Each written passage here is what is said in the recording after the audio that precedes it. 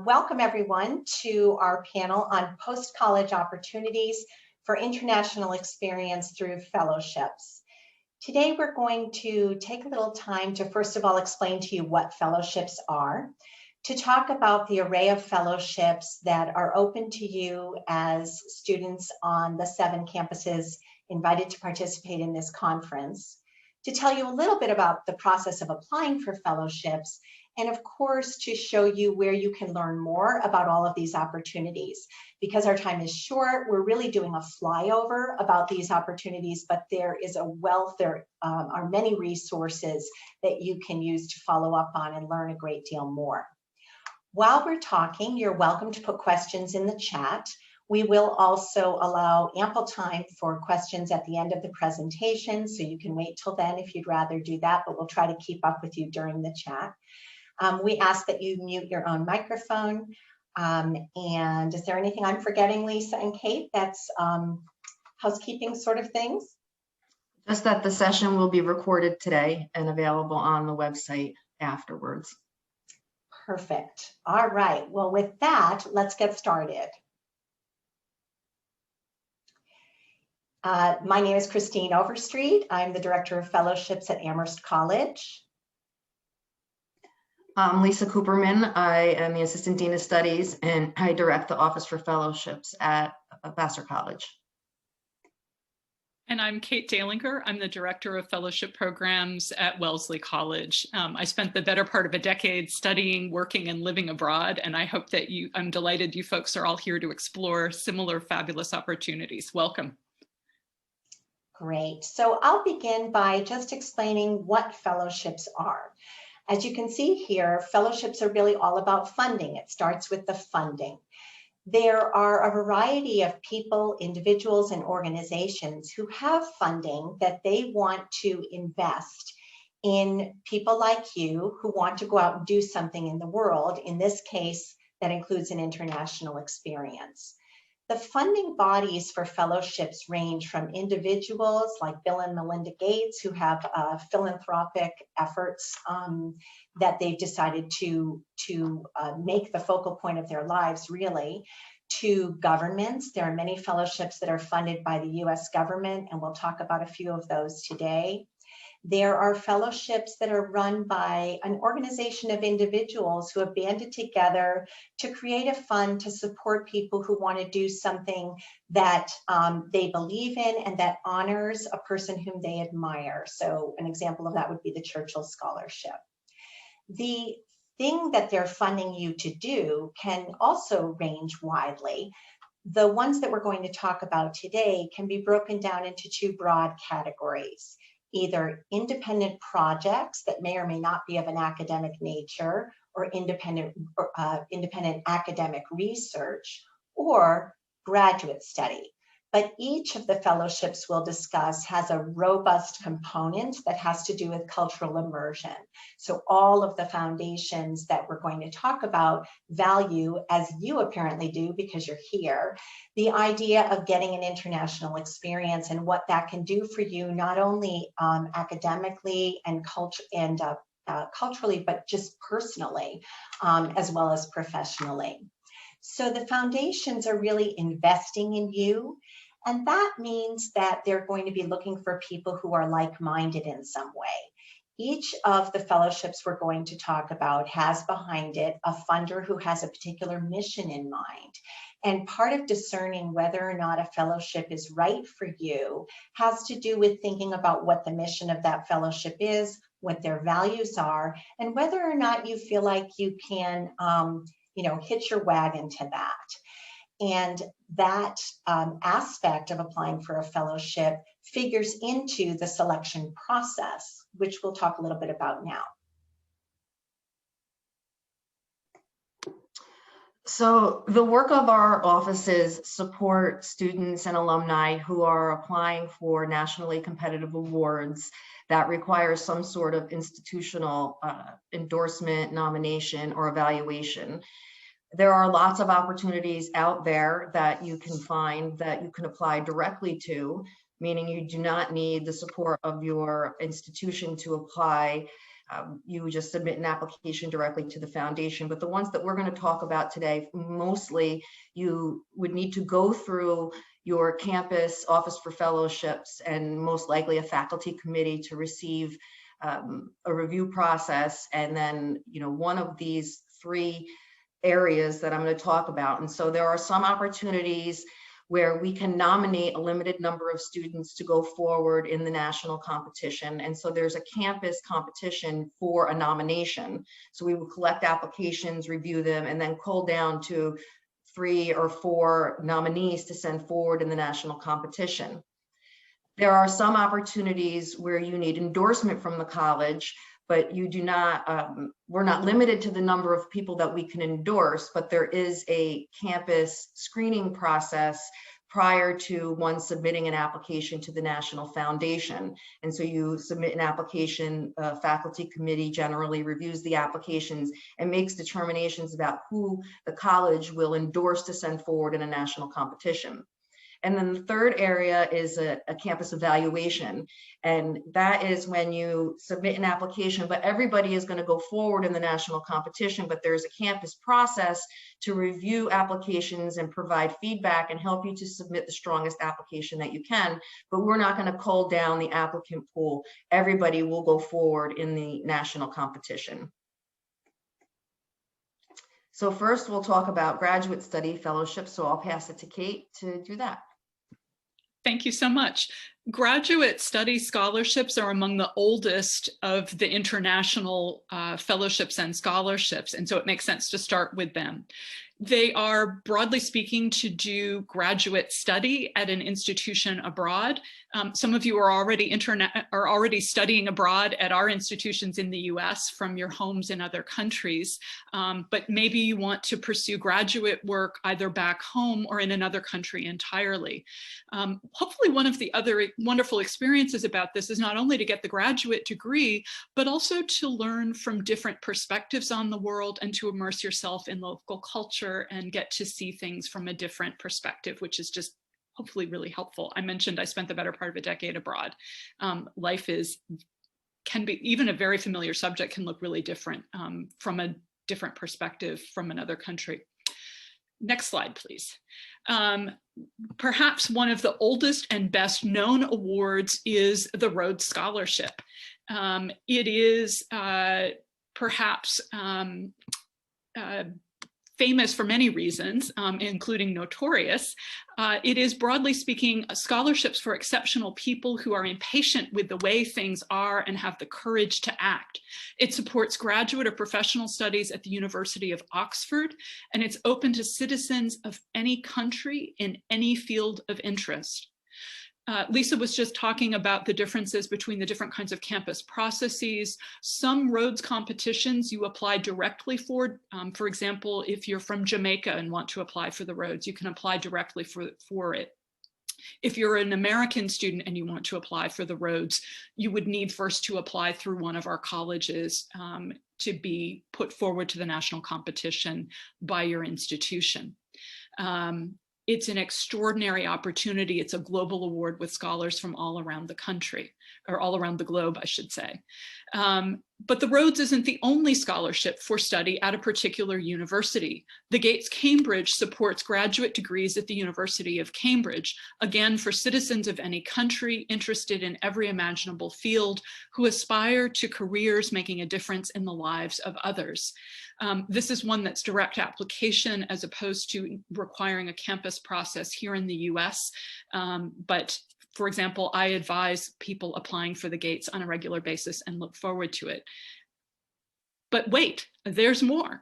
To graduate study in the UK, even than Oxford and Cambridge. Next slide, please.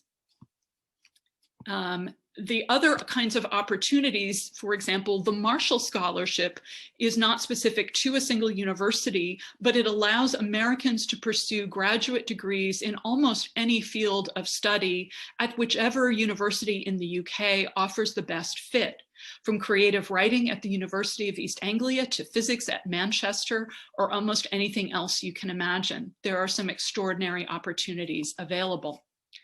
Next slide, please. But these three are just the tip of the iceberg.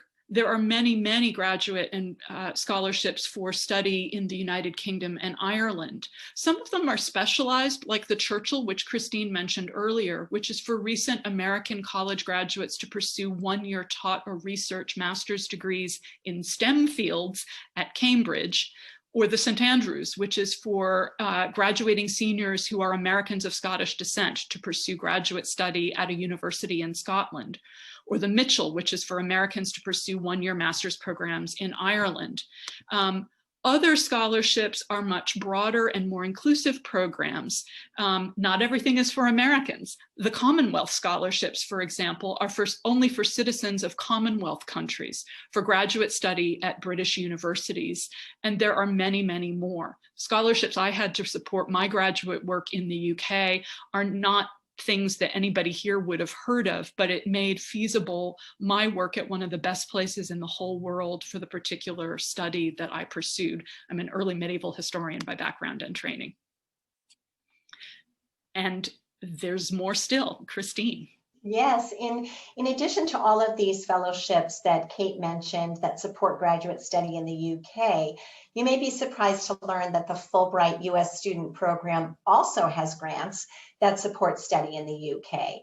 They have around 44, 45 different grants that are matched with specific partnership universities in the UK that can get you over there into either Northern Ireland, Scotland, Wales, or England to pursue a one-year master's degree, or the Fulbright might fund the first year of a longer degree. These awards for Fulbright are very competitive, just as are the awards that Kate just mentioned, but certainly worth looking into if you really want to study in the UK and pursue that kind of degree. But Fulbright doesn't confine itself to supportive study in the UK. There are actually around 35 different countries through which you can pursue a master's degree through the Fulbright if you are a US citizen. This is one of those US State Department programs that is confined to US citizenship. So you may not imagine this, but you could pursue a master's degree in Estonia or Czech Republic or Spain or the Netherlands. Believe it or not, many of these countries have programs that are taught and conducted in English. So even if you don't already know the language of the destination country, you may be eligible and qualified to pursue a master's degree in that country.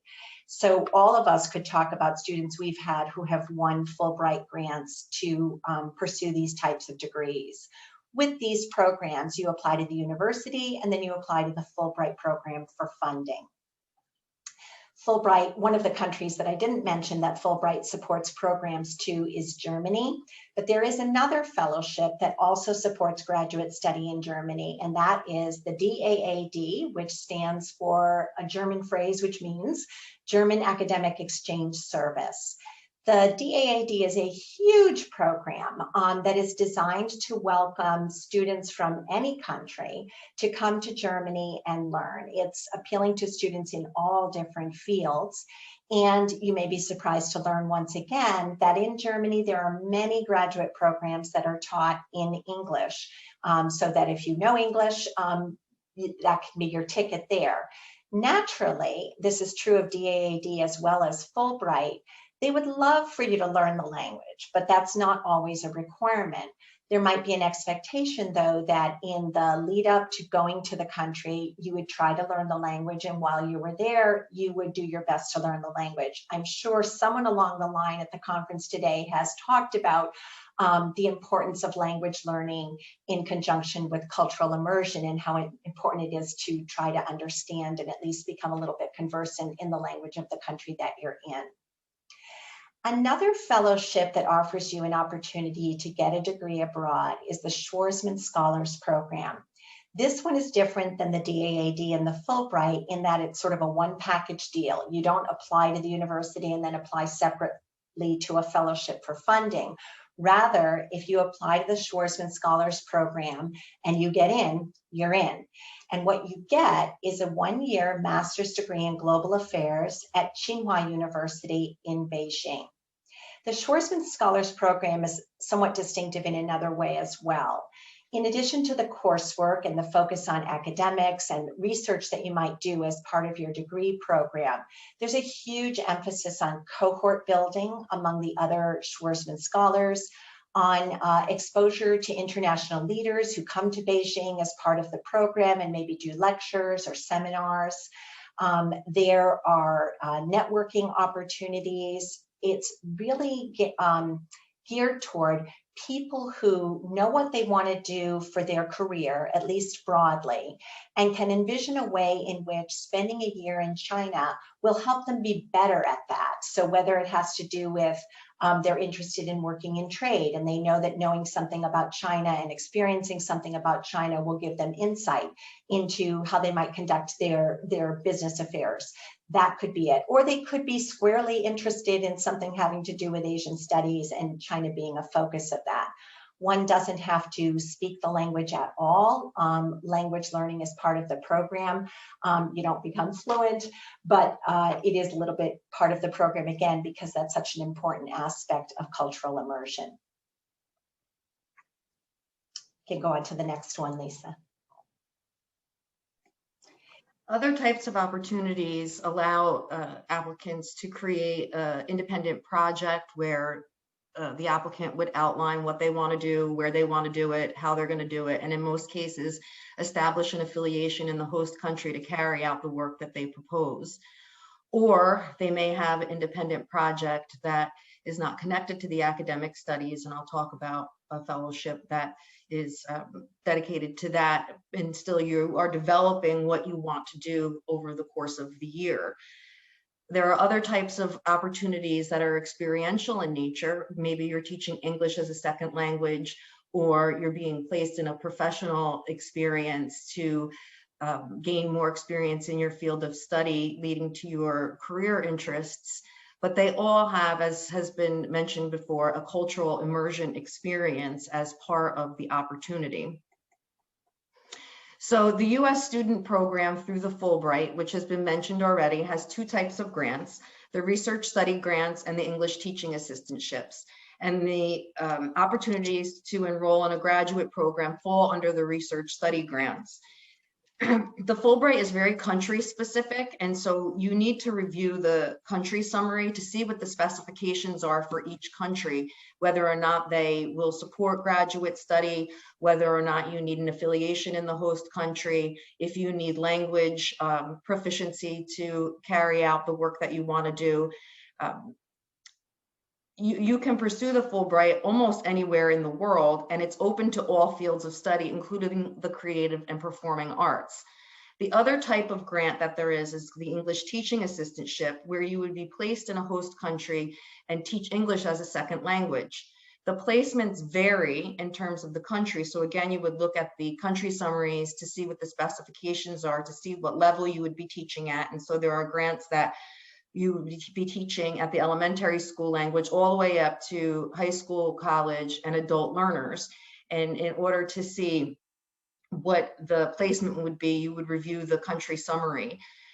Whether or not you need language proficiency depends on the country, and there are places, particularly in Asia, where you do not need a background in the language to apply for the ETA, or other places like Spanish-speaking countries and countries where the language is commonly taught in the United States, you would need proficiency in the language and would be up against people who are proficient in the language. So for the research, you can only apply to one type of grant in any given year, so either a research study grant or an English teaching assistantship. For the research study grant, you would be coming up with a project and defining what you want to do over the course of the year. And for the English teaching assistantship, you would be placed somewhere in the host country, so you don't know exactly where the placement would be, but are encouraged to talk about what you would do outside of the classroom to immerse yourself in the community. The other program that I'm going to talk about is the Loose Scholars Program, which is by invitation only. There are 75 institutions, universities that are invited to submit applications for the Loose Scholars Program. And this is one that is experiential in nature and requires a nomination to go forward in the national competition.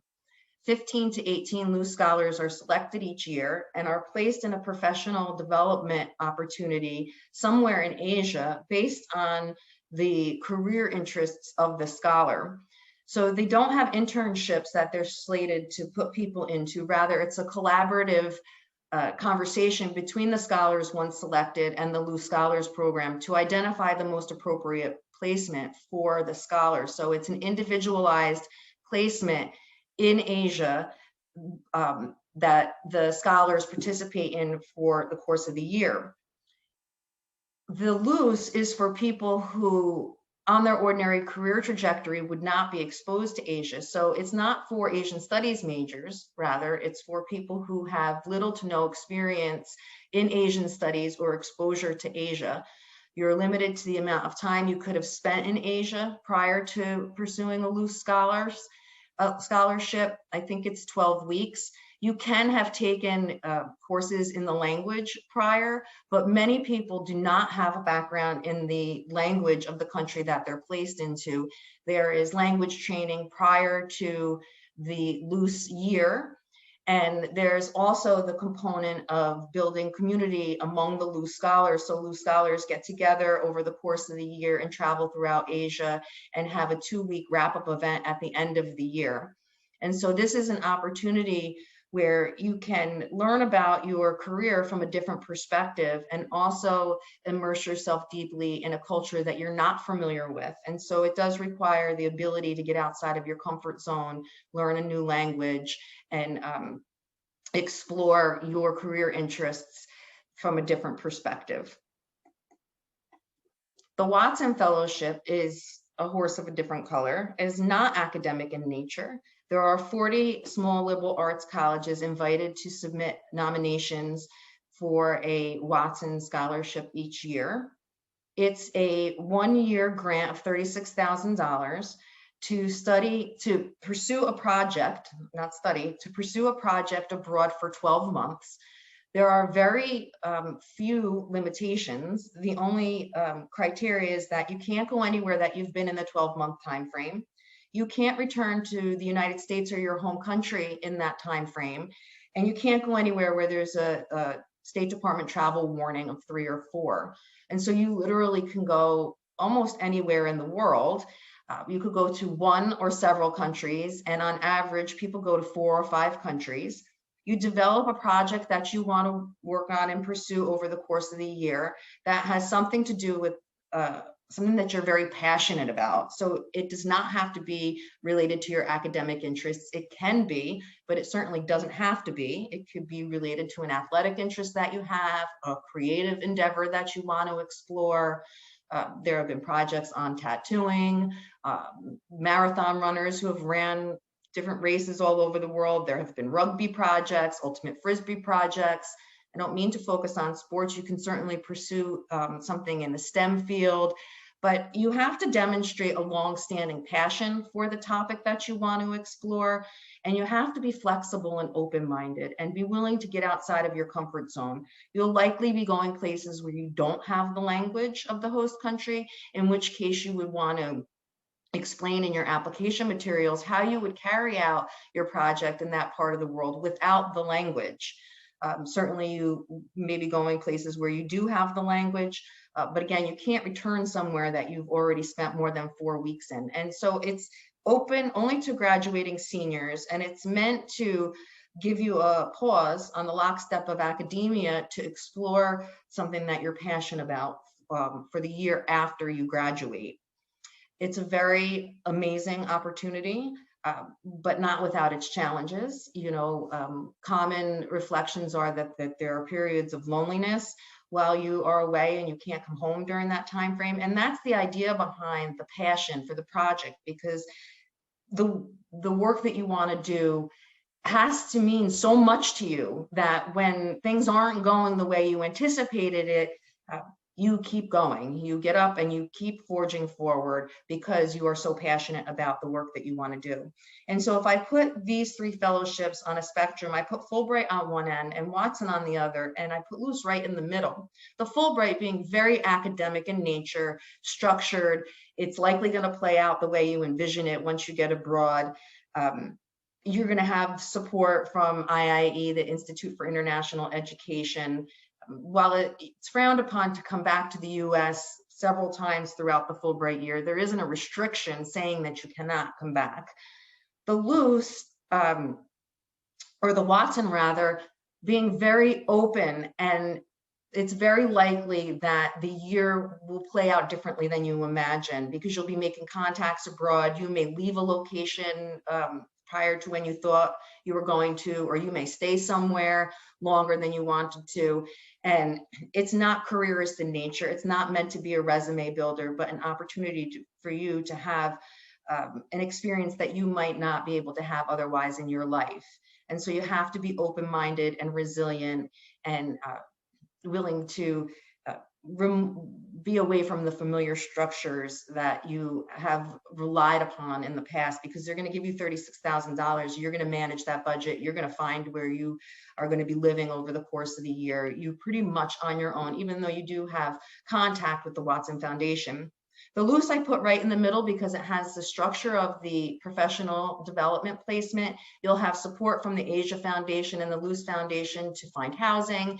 You'll be connected to the Luce Scholar program throughout the year, but you're going somewhere where you likely don't have the language, somewhere that you've never been before. And so you have to have that open-mindedness, resiliency, and flexibility to be outside of your comfort zone over the course of that year.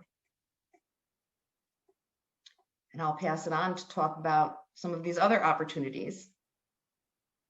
You're muted, Christine. Thank you. I think Lisa emphasized very clearly how much the Watson and other fellowships will stretch you as a person, stretch you academically, stretch you professionally, stretch you personally. That's really what going abroad is all about in many ways. And most of I think all of the opportunities that we've talked about so far have to do with that kind of stretch for a year or 2 years or even 3 years. The two opportunities I want to talk about here are short-term opportunities. So these are summer opportunities, so really just about 3 months, maybe 8 to 12 weeks in duration. The Critical Language Scholarship is a program of the U.S. State Department, much like the Fulbright program, therefore only open to U.S. citizens, that is aimed at getting more U.S. citizens to become competent in language that are considered critical. And what is meant by that is that there's a shortage of people who are U.S. citizens who know those languages. So there are 14 of them, I believe, and they include Urdu and Arabic and Azerbaijani and there's so many of them, Japanese, Russian, Indonesian, Persian, and several more. You can find them on the website. And this gives you an immersive experience in a country where that language is spoken, and it's very intensive. So you're in a cohort of people, you have to take a language pledge, you only speak that language all day long. It's exhausting, it's exhilarating, it's a wonderful opportunity to give yourself either a jump start on learning a language or to intensify and solidify your competency in that language if you've already begun learning it while you're in college. The Critical Language Scholarship is open to you not only as an undergraduate, but as you're enrolled in graduate school. I saw a couple of questions in the chat that had to do with, when are we eligible for these opportunities? Because once you graduate, is it over? And that's not the case. For many of them, you can apply as an alum with the full support of your fellowship office to prepare your application materials. The other summer opportunity that I want to bring to your attention is the Davis Projects for Peace. This one, like the Watson, is only open to students from a range of participating colleges. You can check on your own school's website to see if you are, quote unquote, a Davis school. But this is $10,000 of funding for you to do a summer project of your own design anywhere in the world, open to students of all citizenships or no citizenship. So this opportunity, you might envision a project where you want to try to work toward peace in a community where there's actual disputes that need mediating. But the Davis Foundation thinks of forging peace much more broadly than that. So you can work towards social justice in some way, toward economic equality, and that can be envisioned as working toward peace. The Davis Foundation helpfully has examples of all the prior year's projects on their website, and you can read those to get a sense of what exactly are they talking about. So if you're an international student, you could conceive of and design a project that takes place in your home country and get support from Davis to do that. Or you could come up with one that's going to take place in Michigan. It doesn't matter. You choose where you want to go for your project. You just have to be able to do it within that $10,000 budget. I think that's all for that one, Lisa. Thanks so much. We're giving you a brief overview of a lot of different opportunities.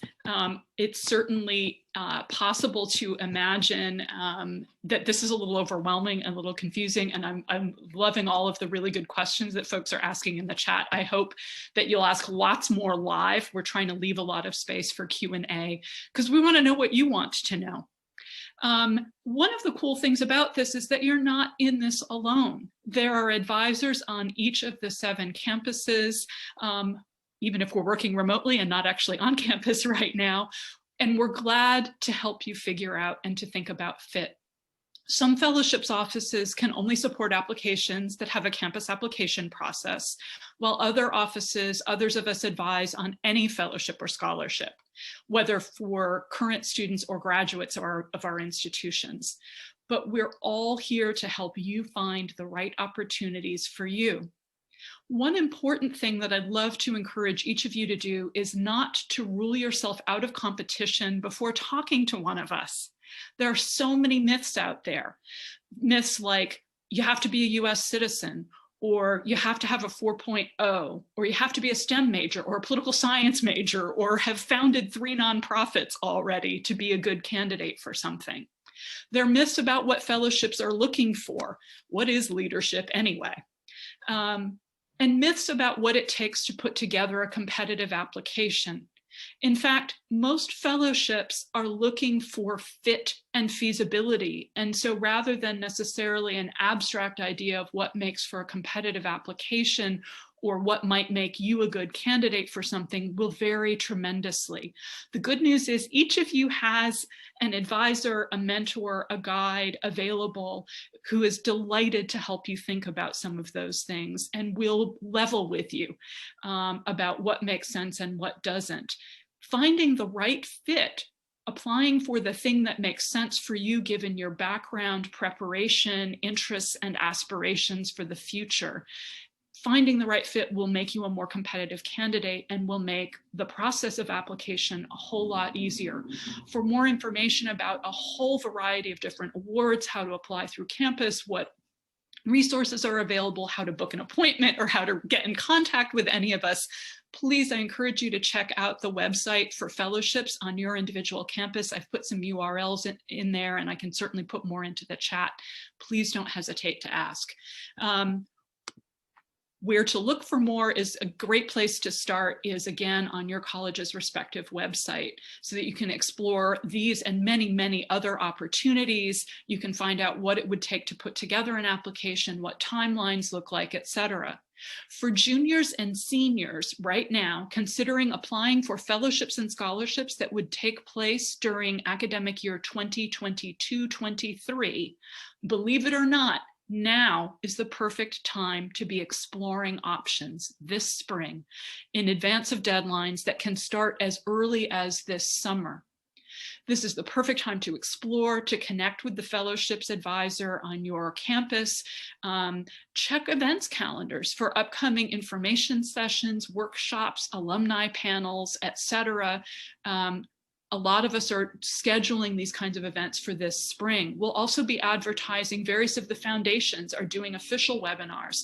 And this is a really good time to be exploring some of those in upcoming weeks and months. You can book an appointment to talk things over. Some of us offer the chance to drop into virtual office hours or pop-up advising. Come talk with us. Again, please don't rule yourself out of competition without having a conversation with somebody. One of the best things about the fellowship application process is that while most of these require that you seek letters of reference and support from faculty and other mentors, one of the best things about going through the process is that you're building that team who's supporting you. Lisa was talking earlier about athletics. Like, I remember the first time I worked with somebody who won a Rhodes Scholarship. The response was, I don't feel like I won, I feel like we won, because there are all these people who were cheering for me and supporting me and giving me advice and writing letters. And like, so give yourself time to put your team together. And even if they know you really well, you may, for example, have talked with them about the work you're doing in the lab together, or the paper that you're writing for a class, or the work you're doing for an internship, but you might not have had opportunities to have larger conversations about work that you want to do in the world beyond graduation. So starting to build those relationships and start those longer term conversations is a wonderful way to start. Again, spring is the perfect time to explore deadlines and options. Campus deadlines, by the way, can be much earlier than the external deadlines for various awards. And putting together your team, putting together, for example, a proposal for a year of independent travel with Watson, or even for a year in a lab abroad with Fulbright, can take more time than you think it might. So one of the smartest things you could all have done is to be here today and starting to think ahead, which is fantastic. We're really excited to start these conversations with you. Next slide, please. Okay, so there are all these options, there are all these requirements, there's a pandemic, things are competitive. Why take a chance and apply for a fellowship or scholarship, especially when you're trying to juggle home and work and schoolwork and a zillion different things? One of the things about this is that about the only guarantee is you can't possibly win a fellowship or scholarship if you do not apply. The other guarantee is that if you're willing to put the work in and think about these things, you can learn a lot about yourself, and you're practicing skills that you will use for the rest of your life. You're preparing to make a good case for what you want to do and why somebody should believe in you and why they should invest in you. That's going to stand you in excellent stead. Even if you never apply for another scholarship or fellowship, you'll be applying for jobs. You may well be applying for graduate or professional degrees. Practicing those skills, building that team of support is one of the best ways to ensure your future success. And these are skills, as I say, that are going to help you go really far, no matter where in the world you go after graduation. There's enormous value in the process. If you listen, in fact, to some of the recorded alumni opinions and takes on various opportunities that it's available on the website, you'll hear them say it. It's not just Lisa and Christine and me. Ask the people who've been there, done it, about the value of the process. Last but not least, you are all smart and amazing folks. You're planners, you're here at this conference already, but you don't have to go it alone. We're absolutely here to help, and we look forward very much to the conversation. I don't know if Lisa or Christine, you want to add anything else, sort of final thoughts before we move on to Q&A.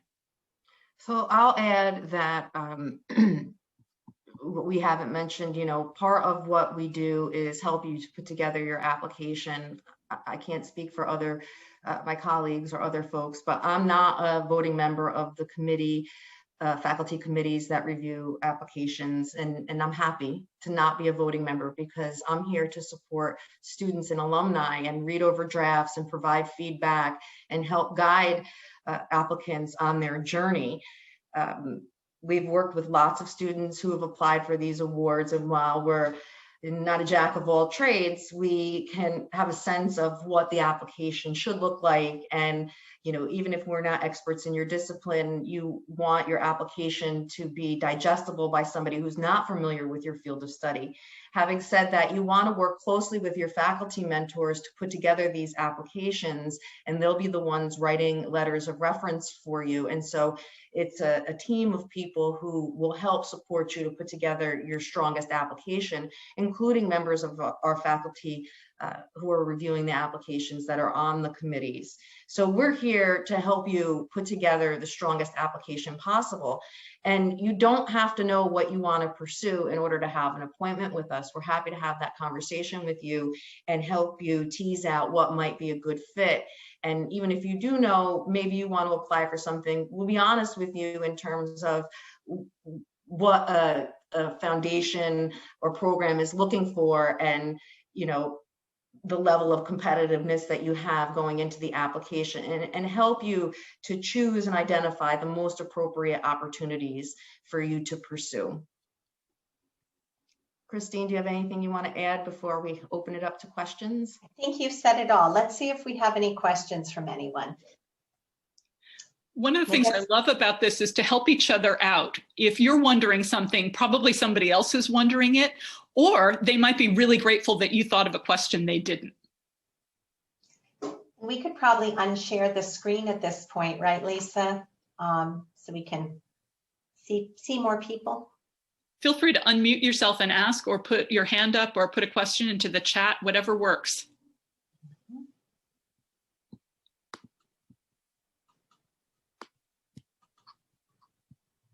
No questions. Either we've completely intimidated you, or we've answered all your questions already.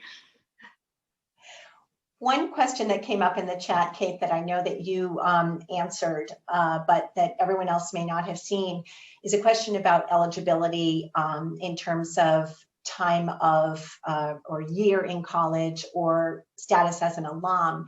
And we didn't get into the weeds on this as we described each of the individual fellowships, but many fellowships are open to you as a senior and beyond. Some of them only for up to 2 years from graduation. Some of them, like the Fulbright, up to maybe 6 or even a little bit longer from graduation.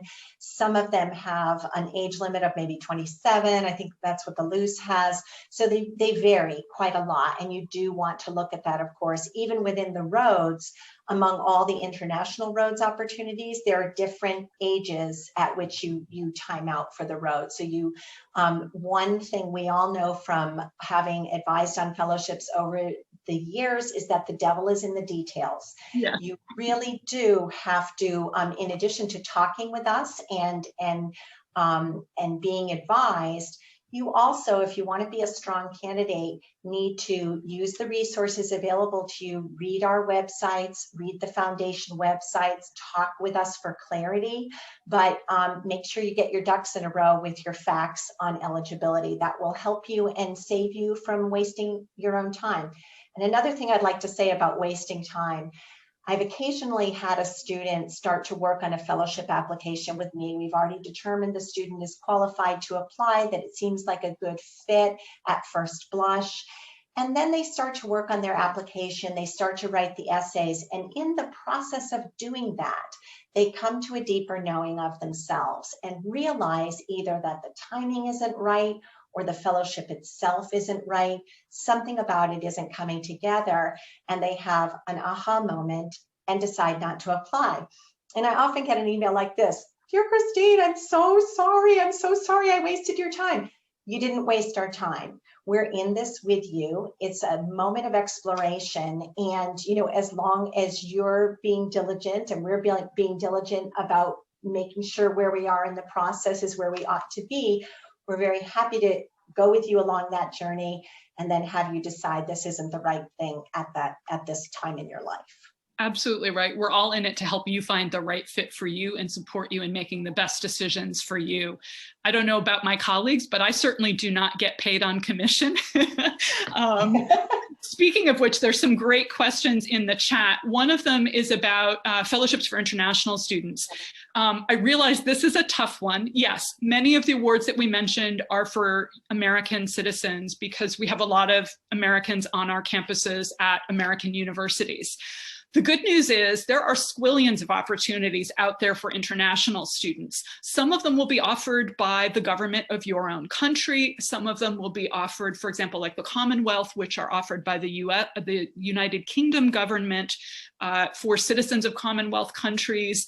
There are huge amounts of variability. We tried to highlight the ones that are not limited in eligibility by citizenship, but the truth of the matter is that there are lots of options out there. I've actually been a fellowships advisor for more than 13 years now, and I've had the enormous privilege and pleasure of working with international students from around the globe. And I'm still hearing about new opportunities, not only for Americans, but for international citizens. So there are tons of possibilities there. There are, yeah, Ruby's got some. There are a whole slew of others. One of the things, like on the Wellesley College website, we have a deadlines listings, and you can filter it by what are international students eligible for. Many of our websites have that as well.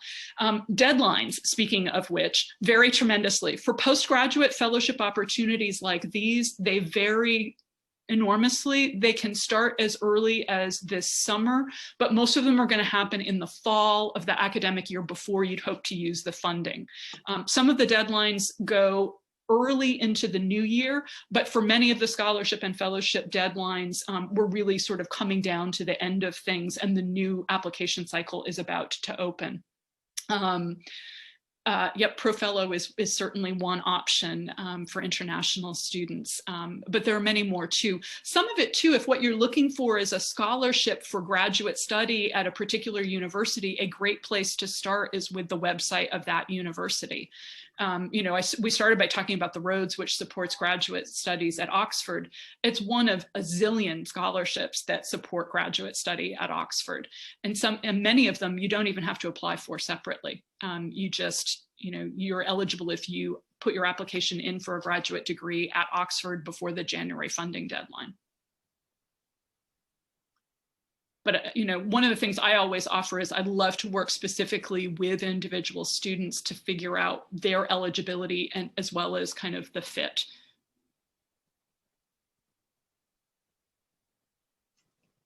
Other questions? I know it's really frustrating to have us say the devil's in the details, it depends, it's variable. That's kind of both the wonder of this and the frustration of it. We have a question. Vanessa, go ahead and unmute yourself. Thank you.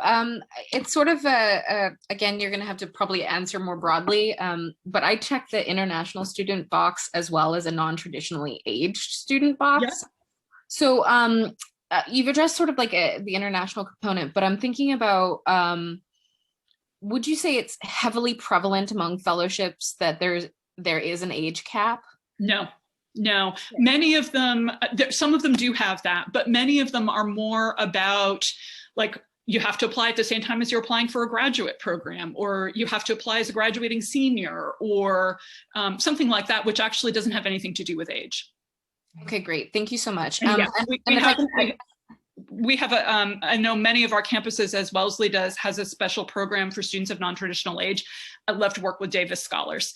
And I've known students of non-traditional age win a wide array of awards, is the good news. Okay, great, thank you. And if there are any other platforms like ProFellow that people can think of and throw in the chat, I'd personally be really grateful. Thank you so much. Sure.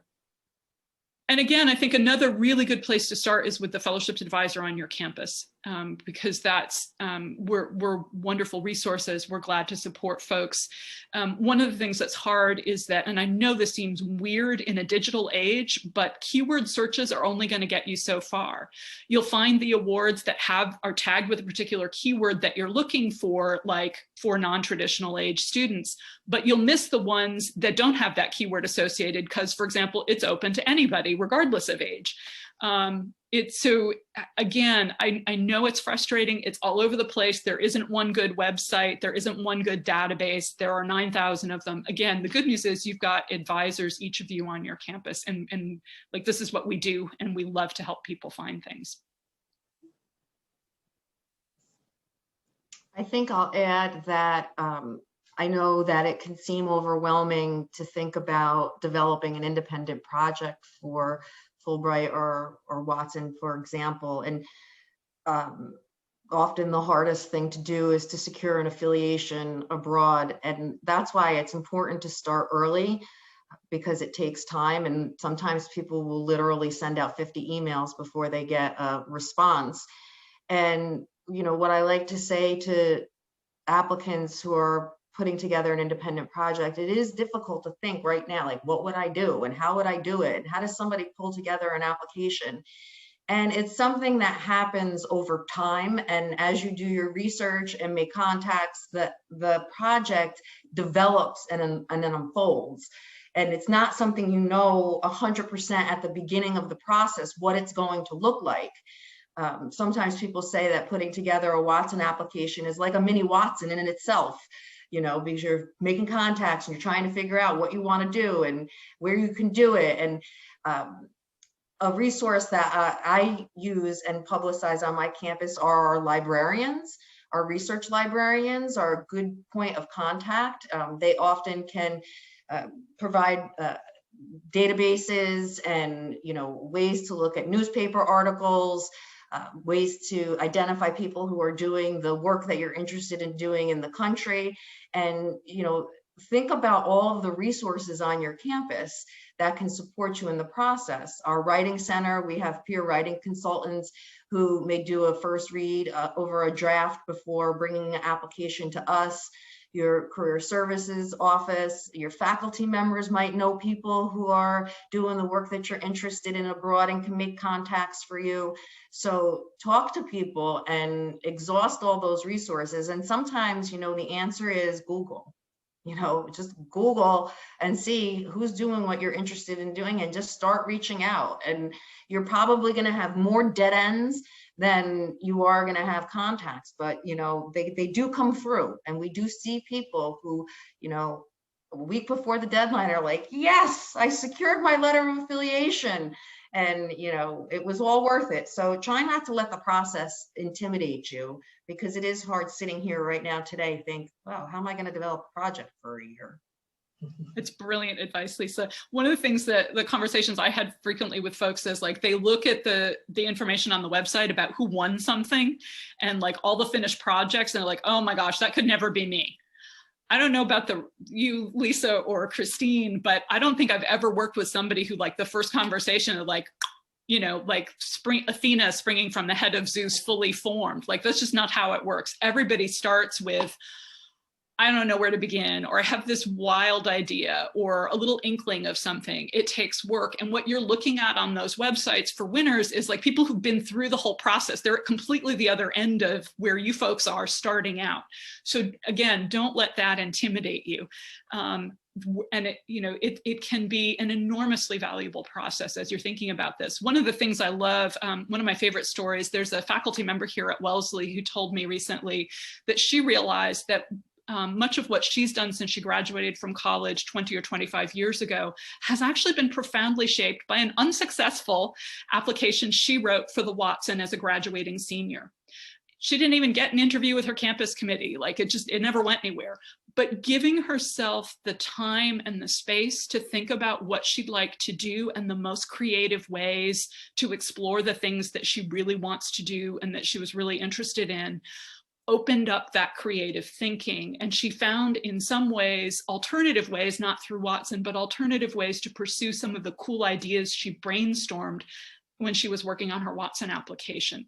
She's absolutely convinced that she's had a much more interesting artistic, academic, and professional career because of making the space and daring to apply for Watson. And what we want for each and every one of you is dare to imagine a really amazing future for yourself and start to think about what would it take to get there.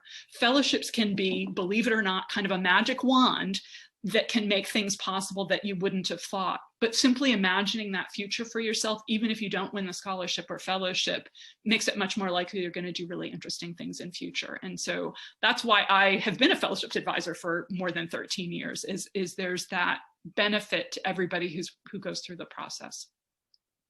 Mm-hmm. Well, amen to that. Yeah, Christine and Lisa and I were saying earlier, we have the best, the best jobs in the whole world. We have great job, that's for sure. I think we don't have any more questions in our chat, and we can give people the gift of a comfort break before their next session. But thank you all so much for joining us and daring to imagine travel in the middle of a pandemic. Yes, it's complicated. Hopefully it will be possible again. And again, imagine that positive future for yourself.